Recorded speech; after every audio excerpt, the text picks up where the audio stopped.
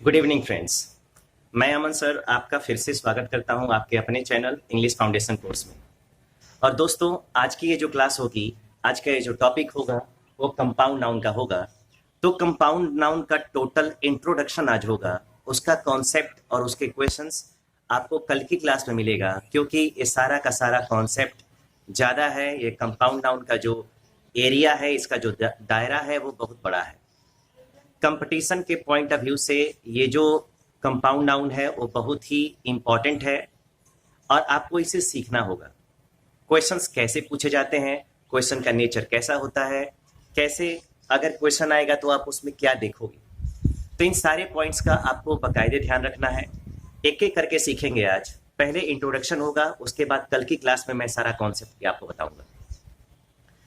तो फटाफट इस लाइव सेशन को आप लोग शेयर कर लें, ठीक है, और शेयर करके अपने फ्रेंड्स को भी अपने साथ जोड़ें और देखने की कोशिश करें, ठीक है। कमेंट बॉक्स में बताएं भी। वीडियो में मैंने अपना टेलीग्राम का जो डिस्क्रिप्शन में लिंक दे दिया है। क्वेश्चंस कैसे पूछे जाते हैं कंपाउंड नाउन से, वो आप क्वेश्चन भी कर सकते हैं, उसमें क्वेश्चंस भी पूछा गया है, ठीक है। तो चलिए फटाफट लाइक करिए, शेयर करिए, और अगर अच्छा लगे तो सब्सक्राइब करिए, बेल आइकन जरूर प्रेस करिए ताकि आपको नोटिफिकेशन टाइम टू टाइम मिलती रहे। सबसे पहले दोस्तों बात करेंगे हम कंपाउंड नाउन।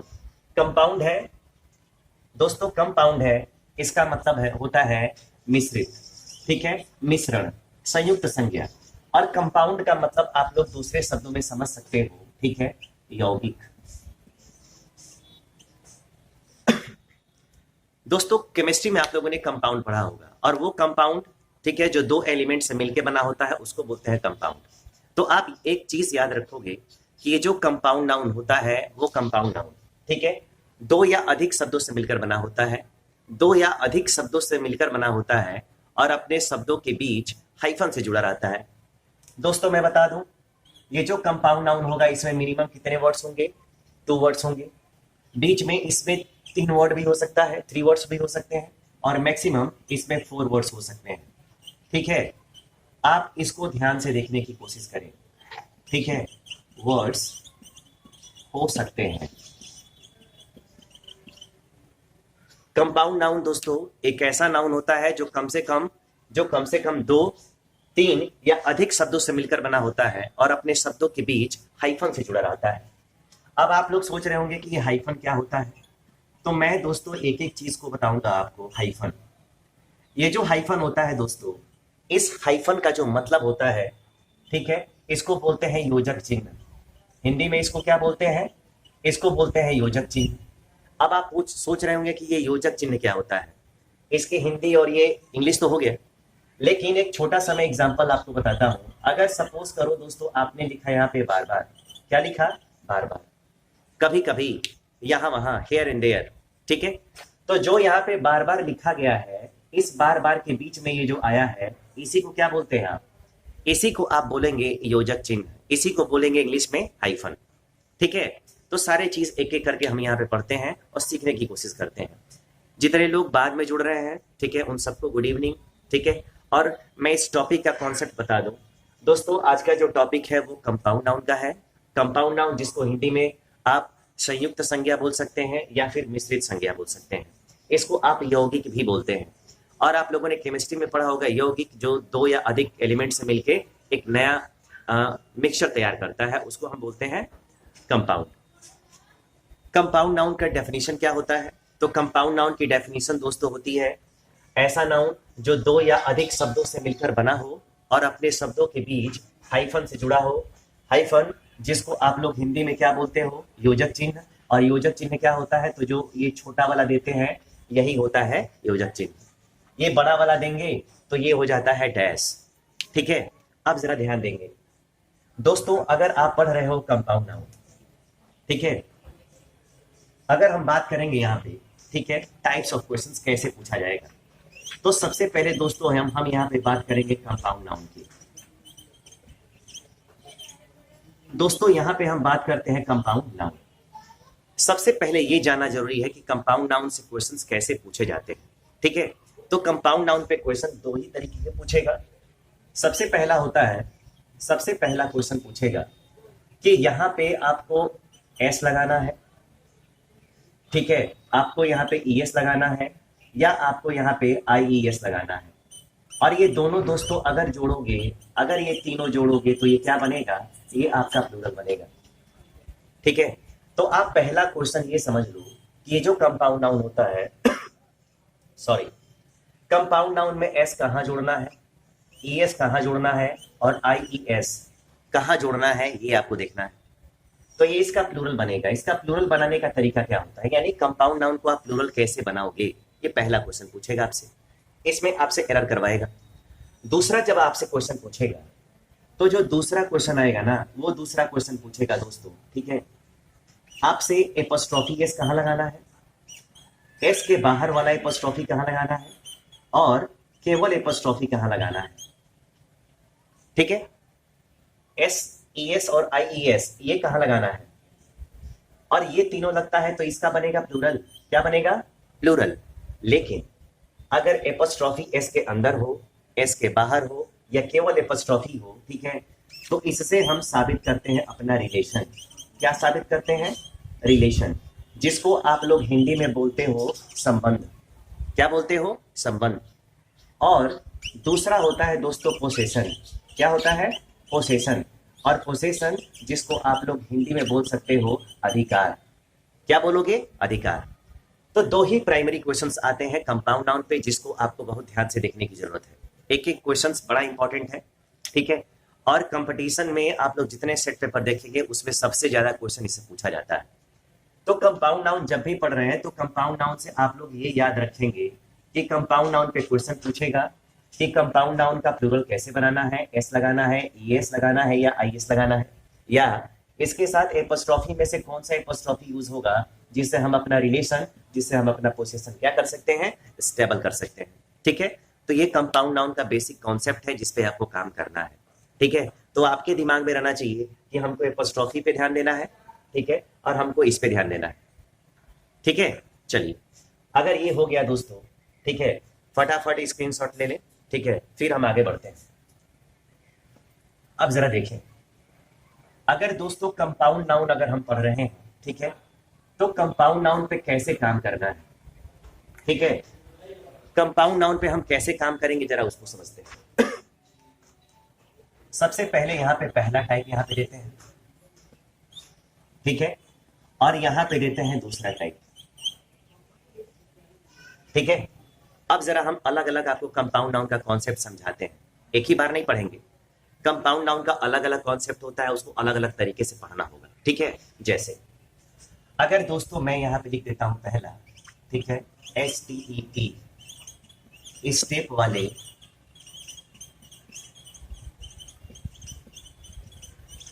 स्टेप वाले कंपाउंड नाउन्स, ठीक है, और दूसरा यहां पे बोल दिया जाए LAW, लॉ वाले कंपाउंड नाउन्स, लॉ वाले कंपाउंड, यहां पे आ गया नाउन्स।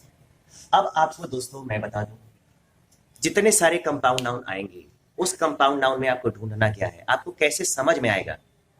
तो ऐसे कंपाउंड नाउन्स आएंगे, ऐसे कंपाउंड नाउन्स आएंगे जिसके हर एक शब्द में क्या लगा होगा, जिसके हर एक शब्द में स्टेप लगा होगा। और दूसरा ऐसे कंपाउंड नाउन्स आएंगे जिसके सबके लास्ट में क्या जुड़ा होगा, जिनके सबके लास्ट में ला जुड़ा होगा। ठीक है, आप समझ लीजिए। अब मैं बताता हूं कि अगर स्टेप वाला अगर कंपाउंड नाउन आएगा तो उसका कॉन्सेप्ट दूसरा है, उसका प्लूरल बनाने का तरीका, उसका एपोस्ट्रोफी यूज करने का तरीका अलग है। लेकिन अगर लॉ वाला आएगा तो उसका तरीका अलग है। ठीक है, तो आप उसमें कैसे काम करोगे, ठीक है, उन सारे कॉन्सेप्ट पे आज हम काम करेंगे। ठीक है, चलिए,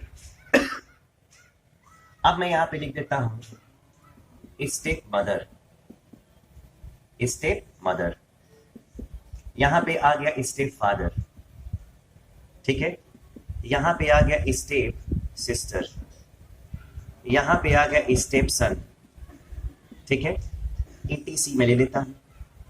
और दोस्तों यहां पे मैं ले लेता हूं father in law, father in, यहां पे आ गया लॉ, यहां पे दोस्तों हो गया mother in law, mother in law, यहां पे हो गया सन इन लॉ, और यहां पे हो गया brother in law, brother in law.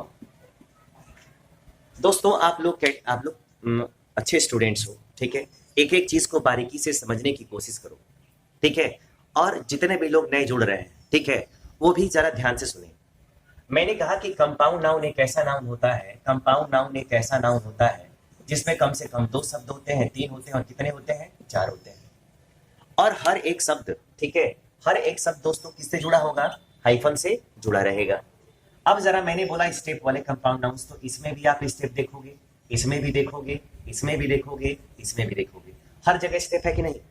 फिर मैंने बोला कि लॉ वाले कंपाउंड नाउन्स, तो हर जगह आपको क्या मिलेगा, हर जगह आपको लॉ मिलेगा, मिल गया।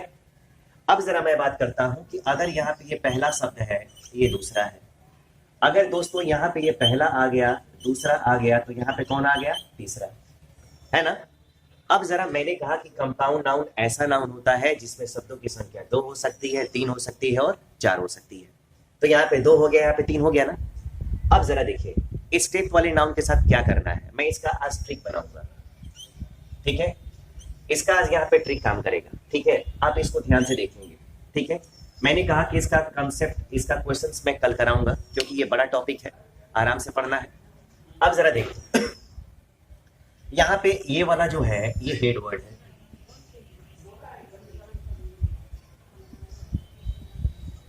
आप ये समझ लीजिए अगर कभी भी कंपाउंड नाउन का क्वेश्चन आएगा तो उसको 2 तरीके से आप करेंगे। पहले तो डिसाइड करेंगे कि हेड वर्ड कौन सा है, तो सबसे पहले ये जान लीजिए कि स्टेप शब्द हेड वर्ड नहीं होता है, ठीक है, स्टेप कुछ भी नहीं होता है, हेड वर्ड कौन सा होता है, ये होता है। और इसमें हेड वर्ड कौन सा होता है, तो इसमें हेड वर्ड होता है आपका मदर, फादर, सिस्टर, ठीक है, सन, ठीक है, ये सारा हेड वर्ड है। अब जरा क्वेश्चंस आएगा कैसे, आपको अगर कुछ भी नहीं समझ में आ रहा है फिर भी क्वेश्चन मैं सही करा दूंगा, बस आपको मेरी बात याद रखनी होगी। अब कौन सी बात याद रखोगे, सबसे पहले मैं यहाँ पे ट्रिक बना रहा हूँ दोस्तों, ध्यान से देखना, बस इसको याद रखोगे क्वेश्चन सॉल्व हो जाएगा। अगर यहाँ पे दोस्तों STEP स्टेप है तो स्टेप के साथ याद रखना कि अगर कभी S जोड़ा, ठीक है, या कभी एपोस्ट्रोफी S जोड़ा, S के बाहर वाला जोड़ा या ये वाला जोड़ा, अगर इन दोनों में से अगर दोस्तों कोई भी जुड़ा स्टेप में तो ये भी गलत है, ये भी गलत है, ठीक है, याद रखना। इस स्टेप के साथ अगर S जोड़ा तो भी गलत हो जाएगा, स्टेप के साथ इनमें से कोई अगर आएगा वो भी गलत होगा, यानी स्टेप के साथ हम कोई भी काम नहीं करने वाले हैं। स्टेप के साथ कभी S जुड़ा हो गलत है, स्टेप के साथ कभी एपोस्ट्रोफी में से कोई आया हो वो भी गलत है, ठीक है। ये जो हेड वर्ड है, ये जो दोस्तों हेड वर्ड है, इसी में अगर S जोड़ दोगे तो इसका क्या बनता है, इसका बनता है प्लूरल, इसका क्या बन जाएगा, प्लूरल। और इसी में अगर एपोस्ट्रोफी जोड़ दोगे तो यहाँ पे आप स्टेबल कर लोगे अपना रिलेशन, ठीक है, और यहाँ पे स्टेबल कर लोगे दोस्तों पोसेशन। अब जरा ध्यान दो, स्टेप वाला जितना भी कंपाउंड नाउन आएगा, my dear friends, my dear students, my dear viewers, ठीक है, माय डियर सब्सक्राइबर्स, आप इतना ध्यान दो कि स्टेप शब्द के साथ आपको कुछ भी जोड़ना नहीं है, स्टेप शब्द के साथ कुछ नहीं जोड़ना है, लेकिन यहाँ पे जो हेड वर्ड आएगा उसमें एपोस्ट्रोफी जोड़ना होगा, तो हेड वर्ड में यानी कि सारा step mothers, step fathers, step sisters, step sons, step daughters ऐसे आएगा। एपोस्ट्रोफी इसका इस्तेमाल भी नहीं के साथ करना होगा, ठीक है। अब जरा ध्यान दो, अब जरा यहाँ पे बात करते हैं हेड वर्ड। हेड वर्ड में दोस्तों अगर S लगा दोगे तो इसका बन जाएगा प्लूरल। हेड वर्ड यानी ये हेड वर्ड है, फादर का प्लूरल बनाने के लिए करना पड़ेगा आपको फादर्स, मदर्स, डॉटर्स, सिस्टर्स ऐसे करना होगा, इसमें S लगा दोगे ये बन गया प्लूरल, ठीक है। लेकिन एपोस्ट्रोफी जोड़ना होगा, एपोस्ट्रोफी जोड़ना होगा दोस्तों, तो उस पे आप क्या करोगे, ये वाला एपोस्ट्रोफी जोड़ोगे तो कंप्लीट होगा। तो स्टेप वाले और कंपाउंड नाउन, सॉरी, स्टेप वाले कंपाउंड नाउन्स और लॉ वाले कंपाउंड नाउन्स दोनों में डिफरेंस आ गया ना। डिफरेंस ये आ गया कि स्टेप वाला है उसमें स्टेप के साथ आपको कुछ नहीं करना है, जो करना एस जोड़ना है तो हेड वर्ड में, एपोस्ट्रोफी जोड़ना है तो हेड वर्ड में।